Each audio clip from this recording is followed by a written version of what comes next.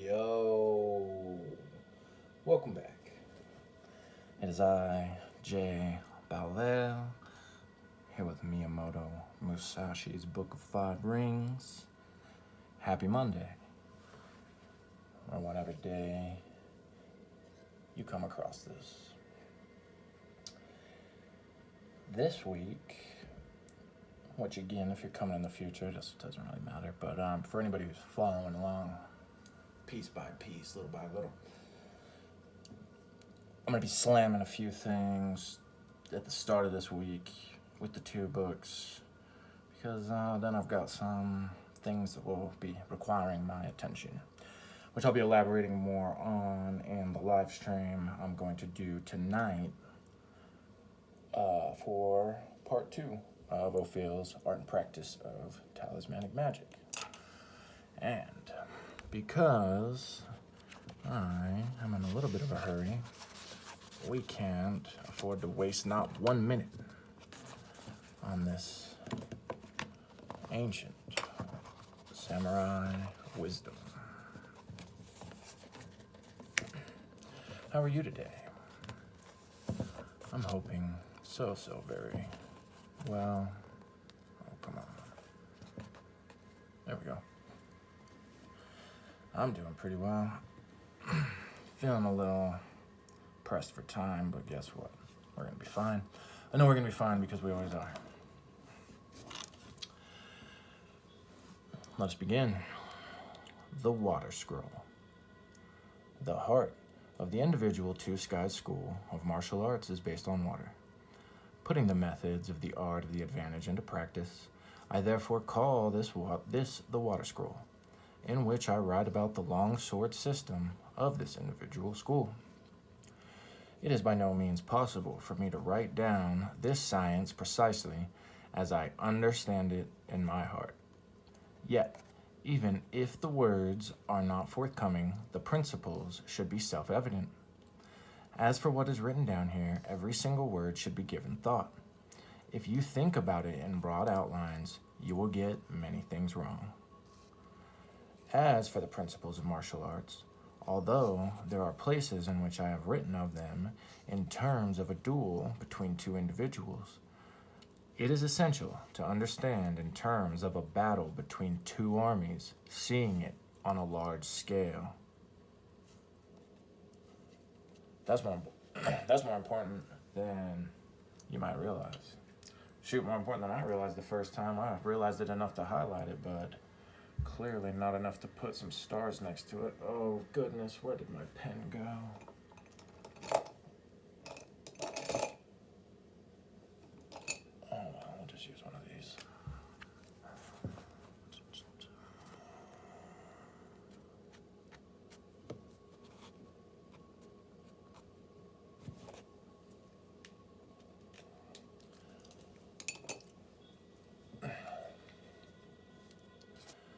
In this way of life, in particular, if you misperceive the path even slightly, if you stray from the right way, you fall into evil states. The science of martial arts is not just a matter of reading these writings, taking what is written here. Personally, do not think you are reading or learning. And do not make up an imitation. Taking the principles as if they were discovered from your own mind, identify with them constantly and work on them carefully. State of mind in martial arts. In the science of martial arts, the state of mind should remain the same as normal. In ordinary circumstances, as well as when practicing martial arts, let there be no change at all. With the mind open and direct, neither tense nor lax, centering the mind so that there is no imbalance, calmly relax your mind and savor this moment of ease so thoroughly so that relaxation does not stop its relaxation for even an instant. Even when still, your mind is not still. Even when hurried, your mind is not hurried. The mind is not dragged by the body. The body is not dragged by the mind. Pay attention to the mind, not the body. Let there be neither insufficiency nor excess in your mind. Even if superficially weak-hearted, be inwardly strong-hearted, and do not let others see into your mind. It is essential for those who are physically small to know what it is like to be large, and for those who are physically large to know what it is like to be small. Whether you are physically large or small, it is essential to keep your mind free from subjective biases.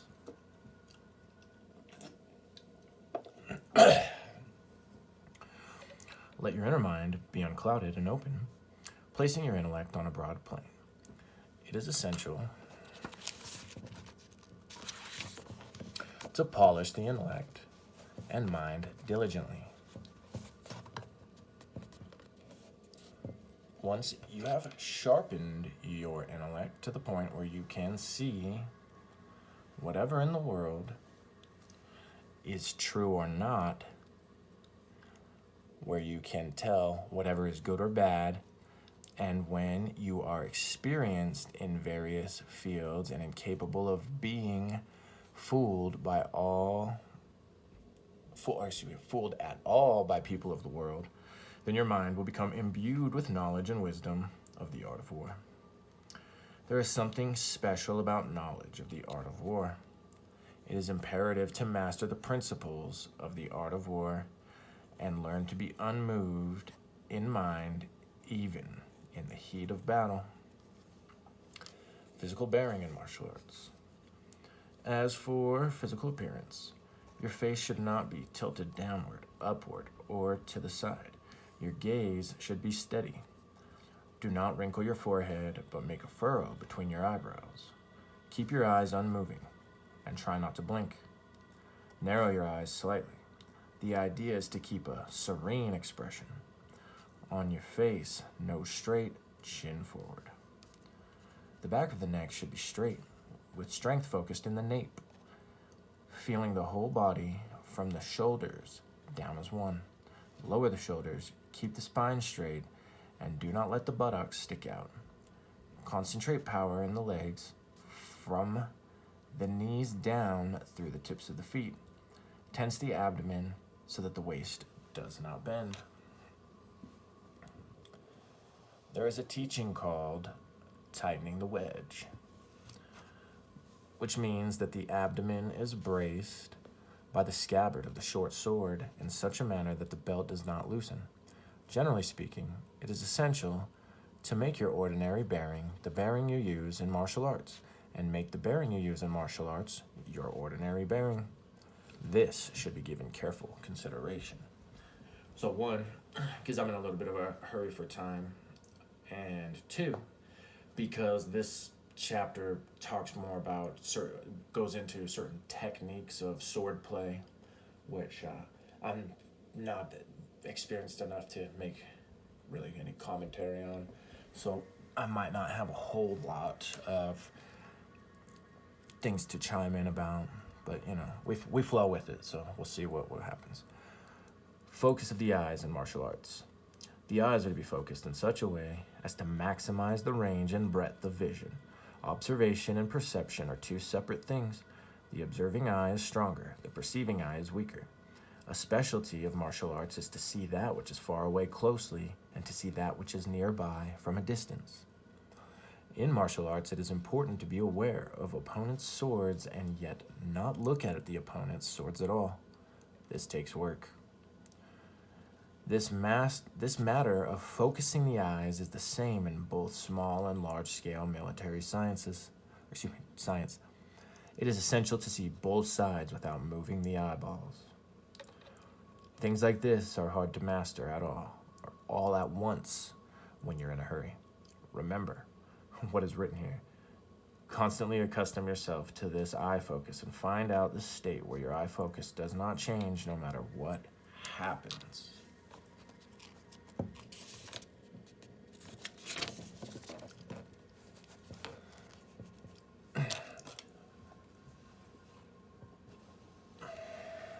Gripping the long sword. In wielding the long sword, the thumb and forefinger grip lightly. The middle finger grips neither tightly nor loosely, while the fourth and little fingers grip tightly. There should be no slackness in the hand. Did I say tightly on that one? Well, anyway. The longsword should be taken up with the thought that it is something for killing opponents.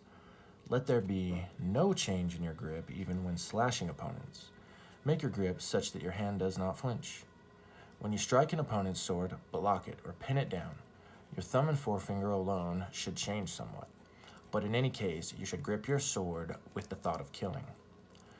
Your grip when cutting something to test your blade and your grip when slashing in combat should be no different. Gripping the sword as you would to kill a man. Generally speaking, fixation and binding are to be avoided in both the sword and the hand. Fixation is the way to death. Fluidity is the way to life. This is something that should be well understood. On footwork, yeah, that is facts. In your footwork, you should tread strongly on your heels while allowing some leeway in your toes. Although your stride may be long or short, slow or fast, according to the situation, it is to be as normal. Flighty steps, unsteady steps, and stomping steps are to be avoided. Among the important elements of this science is what is called complementary stepping. This is essential. Complementary stepping means that you do not move one foot alone. When you slash, when you pull back, and even when you parry, you step right, left, with complementary steps. Be very sure not to step with one foot alone. This is something that demands careful examination. 5 kinds of guard.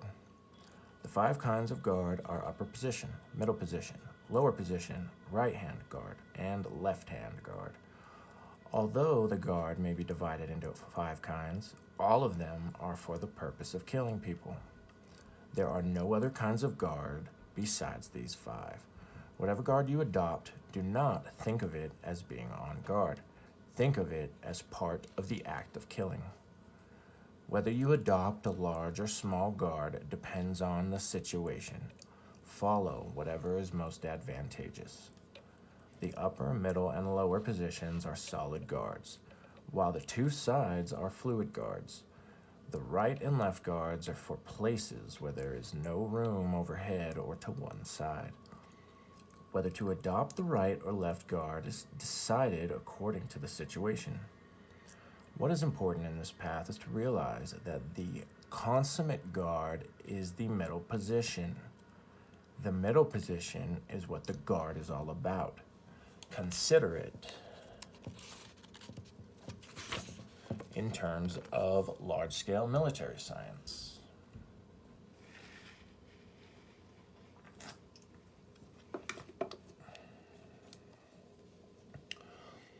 The center is the seat of the general, while following the general are the other 4 guards. This should be examined carefully. The way of the longsword. To know the way of the longsword means that even when you are wielding your sword with 2 fingers, you know just how to do it and can swing it easily. When you try to swing the longsword fast, you deviate from the way of the longsword, and so it is hard to swing. The idea is to swing the sword calmly so that it is easy to do. When you try to swing a longsword fast, the way you might when using a fan or a short sword, you deviate from the way of the longsword, so it is hard to swing. That is called short sword mincing, and is ineffective for killing a man with a longsword. When you strike downward with the longsword, bring it back up in a convenient way. When you swing it sideways, bring it back sideways, returning it in a convenient way. Extending the elbow as far as possible and swinging powerfully is the way of the longsword. Procedures of 5 formal techniques. First technique. In the first technique, the guard is in the middle position with the tip of the sword pointed at the opponent's face. When you close ranks with the opponent and the opponent strikes with the longsword, Counter by deflecting it to the right. When the opponent strikes again, you hit the point of the sword back up. Your sword now having bounced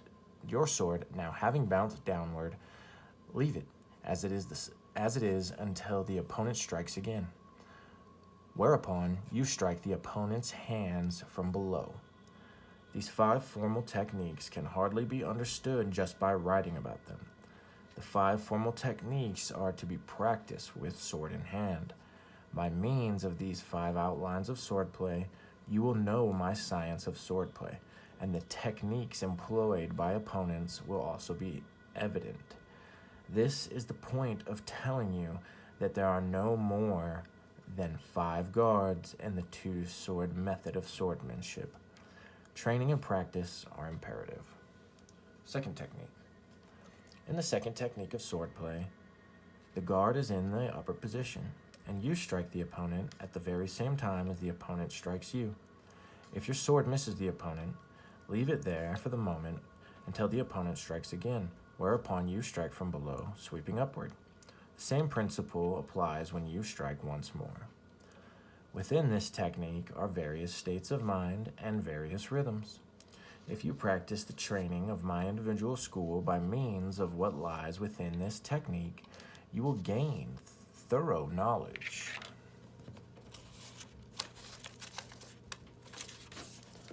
of the 5 ways of swordplay and will be able to win under any circumstance. It requires practice. Third technique. In the guard of the third technique, the sword is held in the lower position. With a feeling of taking matters in hand, as the opponent strikes, you strike at his hands from below. As you strike at his hands, the opponent strikes again. As he tries to knock your sword down, bring it up in rhythm. Then, chop off his arms sideways after he has struck. The point is to strike an opponent down all at once from the lower position just as he strikes. The guard with the sword in the lower position is something that is met with both early on and later on in the course of carrying out this science. It should be practiced with sword in hand.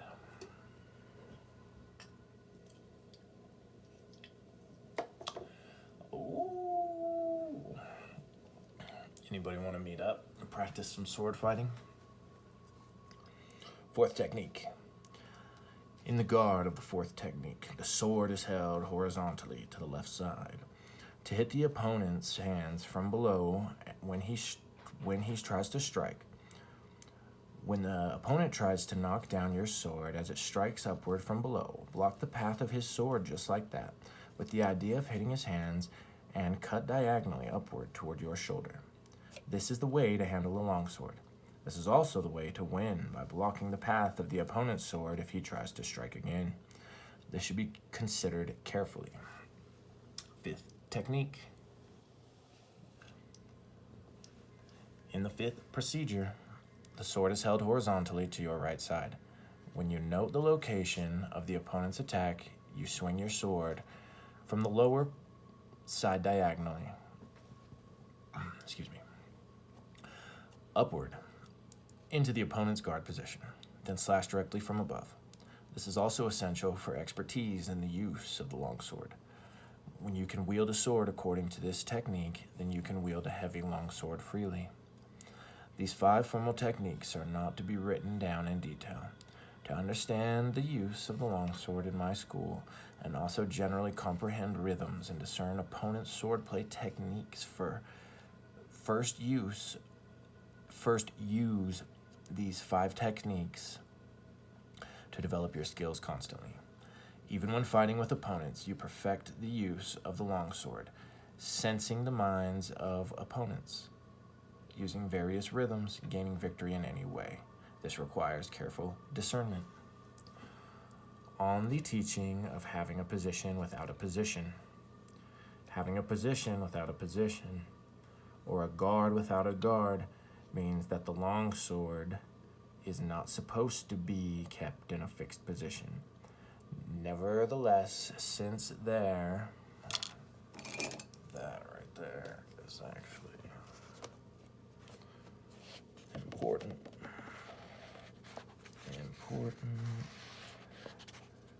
Having a position without a position, or a guard without a guard, means that a longsword is not supposed to be kept in a fixed position. Nevertheless, since there are 5 ways of placing the sword, the guard positions must follow along. Where you hold your sword depends on your relationship to the opponent. Depends on the place and must conform to the situation wherever you hold it. The idea is to hold it so that it will be easy to kill the opponent. Sometimes the upper guard position is lowered a bit so that it becomes the middle position, while the middle guard position may be elevated a bit, depending on the advantage thereof, so that it becomes the upper position. At times, the lower guard position is also raised a bit to become the middle position. The 2 side guard positions may also be moved somewhat toward the center, depending on where you are standing vis-a-vis your opponent, resulting in either the middle or lower guard position. In this way, the principle is to have a guard position without a position. First of all, when you take up the sword, in any case, the idea is to kill an opponent. Even though you may catch, hit, or block an opponent's slashing sword, or tie up or obstruct it, all of these moves are opportunities for cutting the opponent down. This must be understood. If you think of catching, think of hitting, think of blocking, think of tying up, or think of obstructing, you will thereby become unable to make the kill. It is crucial to think of everything as an opportunity to kill. This should be given careful consideration. Yeah, really though. In large-scale military science, the arraying of troops is also a matter of positioning. Every instance thereof is an opportunity to win in war. Fixation is bad. This should be worked out thoroughly. Remember what he said about the carpenter, the master carpenter, delegating each person to their appropriate job. Striking down an opponent in a single beat. Among the rhythms used to strike an opponent, there is what is called a single beat. Finding a position where you can reach the opponent. Realizing when the opponent has not yet determined what to do, you strike directly as fast as possible without moving your body or fixing your attention. The stroke with which you strike an opponent before he has thought of whether to pull back, parry, or strike is called the single beat.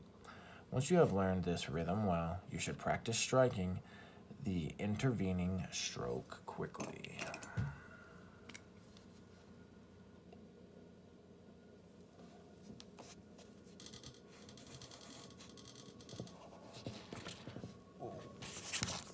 Finding a position where you can reach the opponent.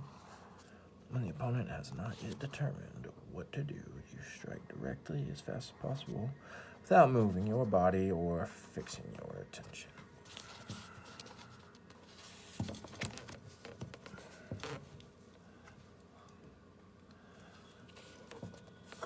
Well, good thing we know who the enemy really is.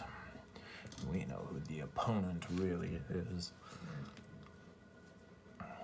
God. The stroke with... Oh, I already read that. See, that's what I get for mocking God. Sorry, Yahweh. I bow to you. Yeah, right. Okay, and I follow that. We got shit to focus on. The rhythm of the second spring. The rhythm of the second spring is when you are about to strike and the opponent quickly pulls back or parries. You feint a blow and then strike the opponent as he relaxes after tensing. This is the stroke of the second spring. It will be very difficult to accomplish this stroke just by reading this book.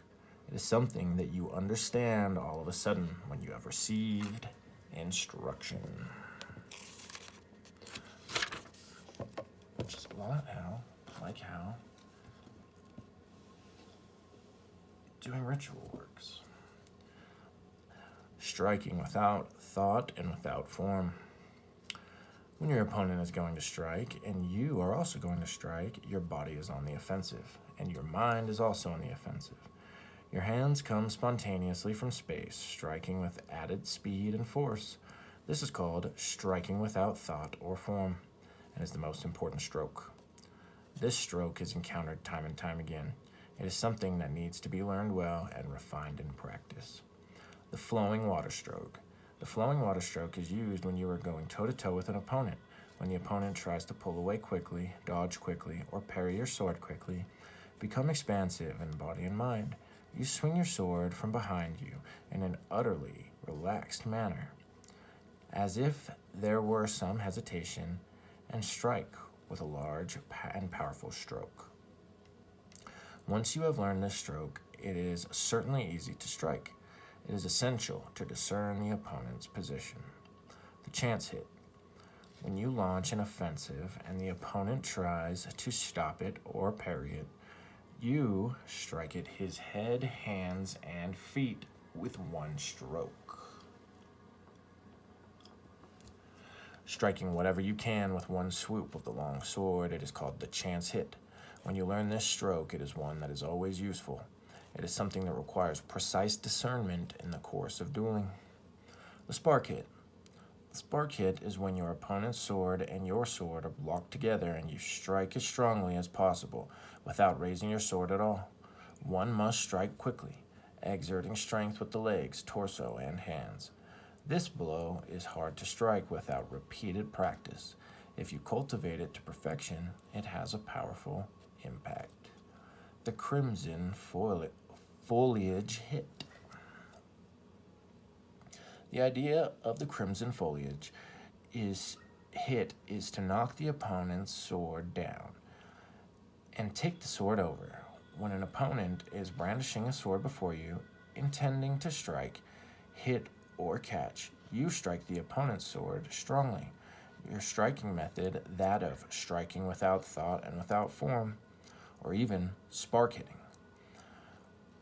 When you then follow up closely on that, striking with the sword tip downward, kisagari, your opponent's sword will inevitably fall.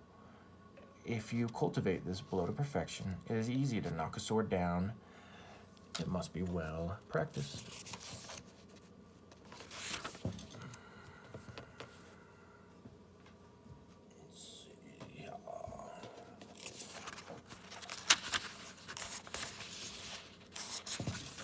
Man, I might have to two-part it after all.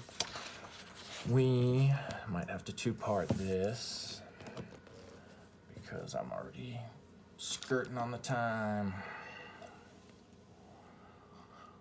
But we can go for a couple more minutes at least.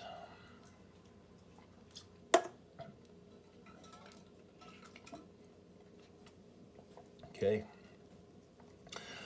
The body instead of the sword. The body in this sense can also be called the body that takes the place of the sword.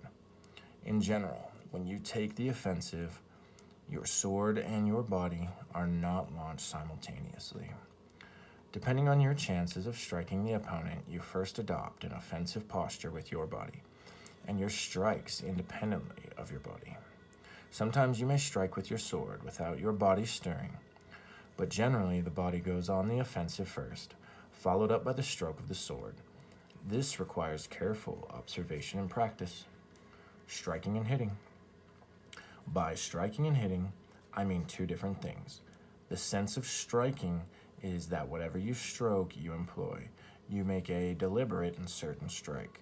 Hitting means something like running into someone. Even if you hit an opponent so hard that he dies on the spot, this is a hit. A strike is when you consciously and deliberately strike the blow you intend to strike. This requires examination and reflection. To hit an opponent on the hands or legs means to hit first. In order to make a powerful strike after hitting, to hit means something like feel out. If you really learn to master this, it is something extraordinary. It takes work. All right. The body of the short-armed monkey. The posture of the short-armed monkey means not reaching out with your hand. The idea is that when you close in on an opponent, you get in there quickly before the opponent strikes without putting forth a hand at all. When you intend to reach forth, your body invariably pulls back. So the idea is to move the whole body quickly to get inside the opponent's defense. It is easy to get in from arm's length. This should be investigated carefully. The sticky body. The sticky body means getting inside and sticking fast to an opponent. When you get inside the opponent's defenses, you stick tight with your head, body, and legs. The average person gets his head and legs in quickly, but the body shrinks back. Sticking to an opponent means that you stick so close that there is no gap between your bodies. This should be investigated carefully. Comparing height. Comparing height means that when you close in on an opponent, under whatever circumstances, you extend your legs, waist, and neck so that your body does not contract, closing in powerfully. You align your face with the opponent's as if you were comparing height.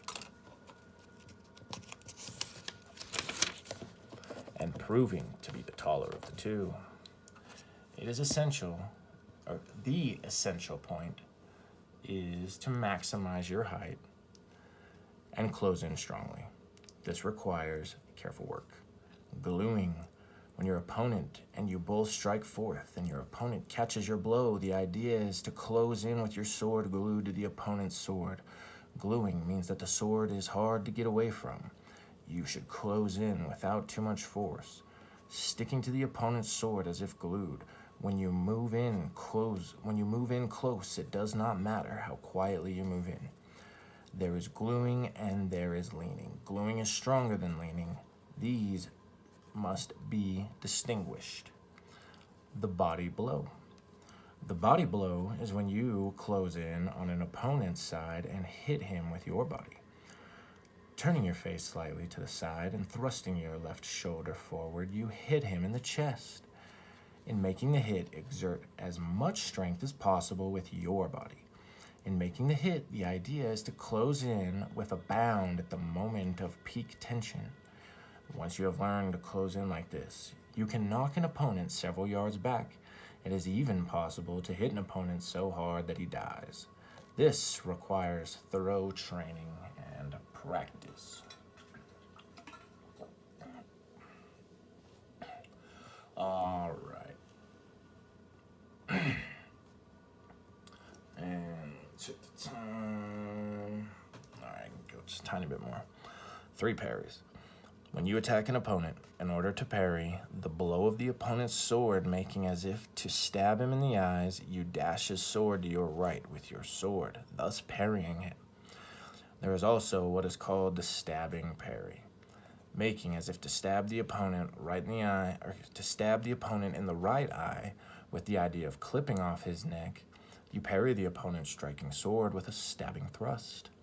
Also, when an opponent strikes and you close in with a shorter sword without paying so much attention to the parrying sword, you close in as if to hit your opponent in the face with your left hand.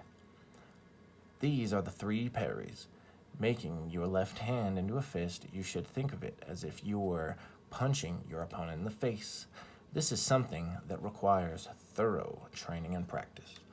Stabbing in the face. Ooh. When you are even with an opponent,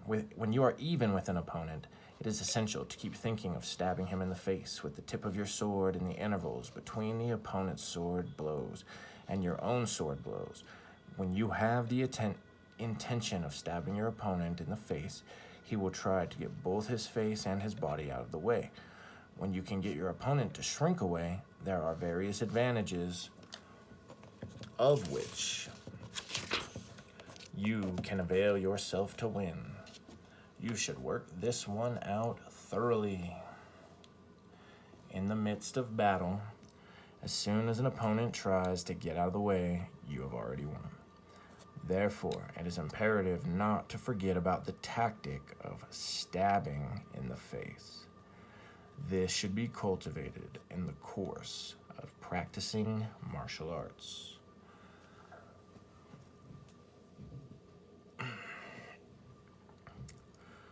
Okay, we better leave it there and come back for part 2. If I can't stitch them together, I will. If not, it'll be up in 2 parts. You'll find out whenever you listen to this. It's really not going to affect you all that much anyway. Okay, thank you for tuning in. Until part 2, so much love. Be sure to like, share, and subscribe. Bye. Yo, here we are again, part 2. Let's finish it up. If, well, time will tell. If this is stitched together, then it's just going to be stitched together, so it's going to flow smoothly. So this might seem like a really weird interruption. However, if it is 2 parts, welcome back. It is I, Jay Baldell. I am back from my errands, and I am ready to finish the Water Scroll. So far, it's been great. Hey, and now I have time to throw in whatever. Let's rant, huh? Let's rave. Let's stay focused. Okay, so stabbing the heart. Right, last we were stabbing the face. Now we're stabbing the heart. Stabbing the heart is used when fighting in a place where there is no room for slashing, either overhead or to the sides. So you stab the opponent. To make the opponent's sword miss you, the idea is to turn the ridge of your sword directly toward your opponent, drawing it back so that the tip of the sword does not go off kilter and thrusting it into the opponent's chest. This move is especially for use when you are tired out or when your sword will not cut. It is imperative to be able to discern expertly. Some of these lines, like I was saying in part 1, since this is this scroll, he's actually breaking down more sword fighting techniques that through practicing the techniques, the certain science is unveiled. So similar to like when we are reading these magical books and they're telling you to these certain things to do when you actually doing them, as we've discussed. But so some of these things though, however, because I'm not a sword fighter, trained one, when he says though that, you know, this requires examination, this requires discernment, whatever, even if it might not be something that's clicking to me right away, I'm still highlighting it, because if he's saying it's important, it's more than just for the sword fighting, because as he said to start this thing, that it's the science behind it that is what this text is trying to reveal, and the practices from in this text, similar to the magical books we read. The cry. A cry and a shout are used whenever you launch an attack to overcome an opponent, and the opponent also strikes back. Coming up from below as if to stab the opponent, you strike a counterblow. In any case, you strike with a cry and a shout in a rapid succession. The idea is to thrust upward with a cry, then strike with a shout. This move is one that can be used anytime in a duel. The way to cry and shout is to raise the tip of the sword with the sense of stabbing, then slashing all at once immediately upon bringing it up.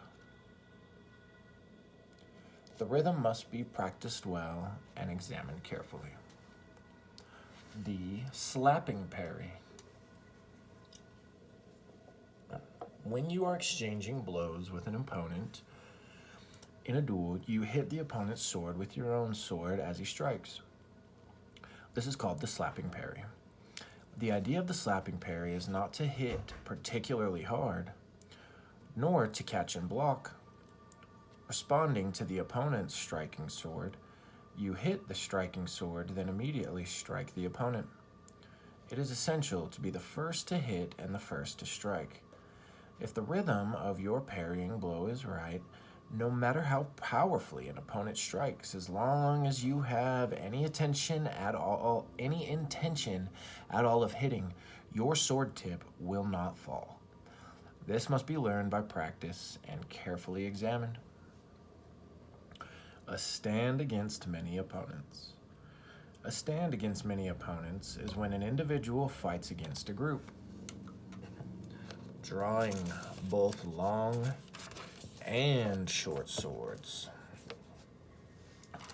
You hold them out to the left and right, extending them horizontally. The idea is that even if opponents come at you from all four sides, you chase them into one place. All right, we're gonna get slightly off topic. It's actually not all that off topic. Holy shit, and it's the one that was on the bottom of my deck anyway. I was about to have to start searching through this thing, but it was right there ready to go. This was our card that was going to be for our little Pisces season read that I said that was going to tie in so very well with our Book of Five Rings read, right? Because of his look, his long sword, short sword, ready on all four sides. The magic's here. The magic's here. Let's soak it in. I love you all. Thank you for being here. And he says you chase them into one place. What does it look like he's doing right there? Even the way he's got those swords, because the swords aren't parallel. They're going to intersect at some point. Not only that, look, he's got the three gunas right there, flying at his side. Holy Trinity looking out for him. Discerning the order in which opponents attack, deal with those who press forward first. Keeping an eye on the whole picture, determining the stands from which opponents launch their attacks, swinging both swords at the same time without mutual interference, it is wrong to wait. The idea is to immediately adopt the ready position with both swords out to the sides, and when an opponent comes forth, to cut in with a powerful attack. Overpower him, then turn right away to the next one to come forth and slash him down. Intent on hurting opponents into a line when they seem to be doubling up. Sweep right in powerfully, not allowing a moment's gap. It will be hard to make headway if you only chase opponents around en masse. Then again, if you think about getting them one after another as they come forth, you will have a sense of waiting, and so will also have a hard time making headway. The thing is to win by sensing the opponent's rhythms and knowing where they break down.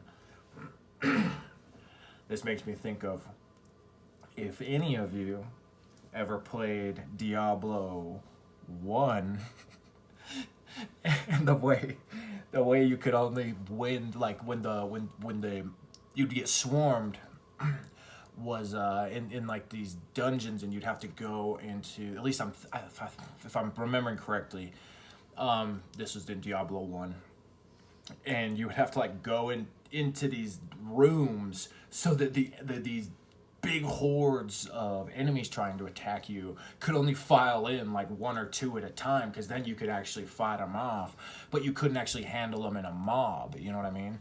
And then in Diablo 2, they got rid of that problem. So now in Diablo 2, you could where you could cast out the different spells and attacks, and when you could be getting attacked from all different sides.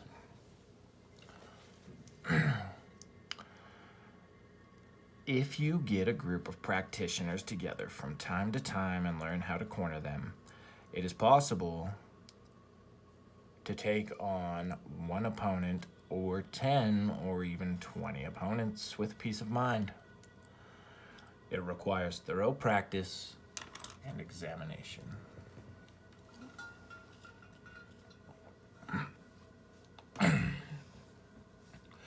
Advantage in dueling.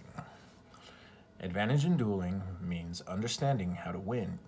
using the long sword according to the laws of martial arts. This cannot be written down in detail.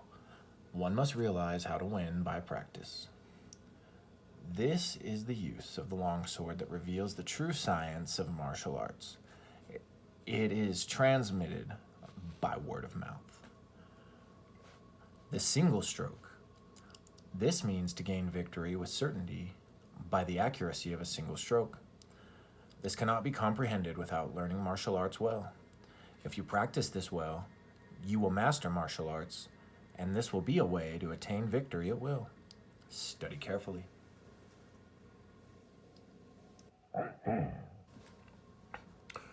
The state of direct penetration. Dion Fortune must have popped in for this verse. The mind of direct penetration is something that is transmitted when one receives the true path of the school of two swords. It is essential to practice well, so as to train the body to this military science. This is transmitted orally. Epilogue. The above is an overall account of the arts of swordsmanship in my individual school, which I have recorded in this scroll.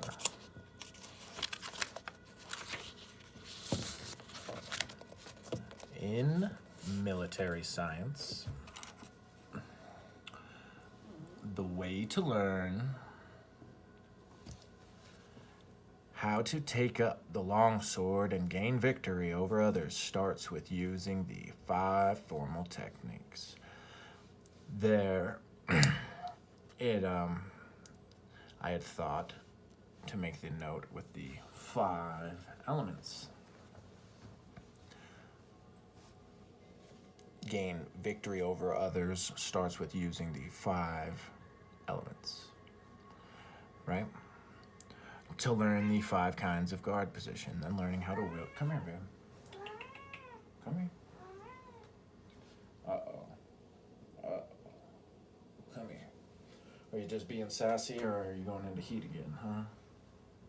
Hi, sweetie. You want to help me? Help me finish it up? Okay.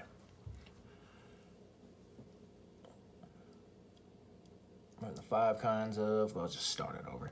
In military science, the way to learn how to take up the long sword and gain victory over others starts with using the 5 formal techniques to learn the 5 kinds of guard position, then learning how to wield a long sword and gain total freedom of movement, sharpening the mind to discern the rhythms of the path, and taking up the sword oneself.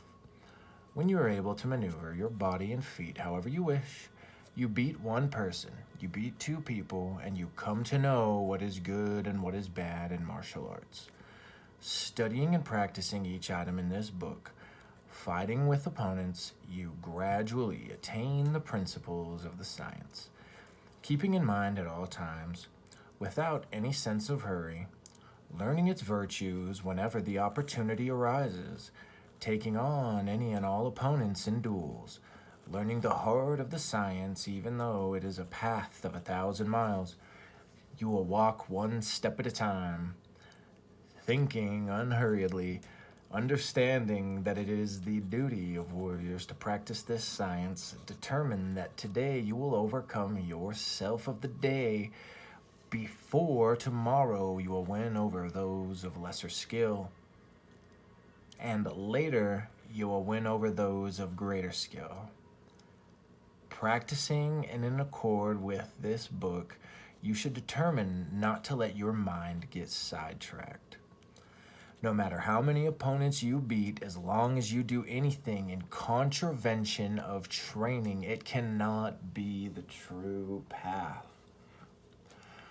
When this principle comes to mind, you should understand how to overcome even dozens of opponents all by yourself. Once you can do that, you should also be able to grasp the principles of large-scale and individual military science by means of the power of knowledge of the art of the sword. This is something that requires thorough examination, with 1,000 days of practice for training and 10,000 days of practice for refinement. Woo! That's going to be a lot of refinement. 1,000 days of practice for training and 10,000 days of practice for refinement. What was it, 365 days in a year, right? So you're looking at 300, you're looking at, let's just call it 4 years. It's about 4 years. Well, not a full 4 years. It's a little bit over 3 years. But even still, no, that is 4 years. Never mind, my bad. That is 4 years.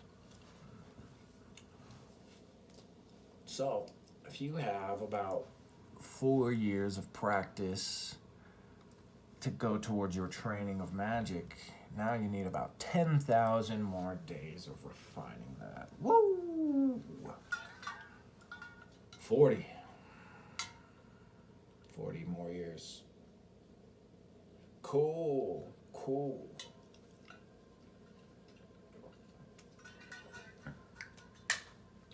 Well, we're on our way, right? The magic is here, clearly. It's here.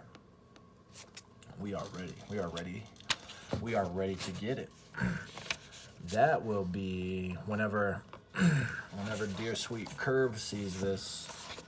That's gonna be real significant for him too as well. Shout out. So much love to you, Curve. Someone well on their way. The magic has sparked and alive for, that's a fact.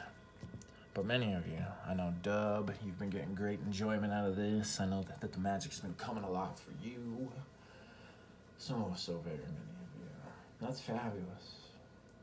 What to do if you're someone who maybe it's not coming alive for? What to do if you're someone who's like, I want magic in my life, but I'm not really finding it. I'm not really finding this to be something that's happening for me. What can you do? Well, do what I did. Pray to God and say, Heavenly Father, please bring this magic to my life. Show me the path. Show me the path to truly bring this magic to my life. You're going to find that's going to lead you. That is going to lead you places that certainly will bring magic to your life. For Miyamoto Musashi, that came about in the form of chopping up other people with a sword. That's pretty cool. That's art, baby. Art takes many forms. Maybe your form of art takes, complaining about things online. Maybe your form of art takes the form of constructively solving the problems that other people are complaining about online. Maybe your form of art is not giving a crap either way. Congratulations. That right there is the Trimurti, baby, the Holy Trinity. All right, I love you all. Thank you. Thank you for being here. I am so looking forward to the Fire Scroll. That's going to be tomorrow, Tuesday, or whenever you encounter all of this. That's when it's going to be for you. Until then, this has been Jay Baldao. Be sure to like, share, and subscribe. Be sure to kneel in prayer so that you can spark the fires of magic within your life.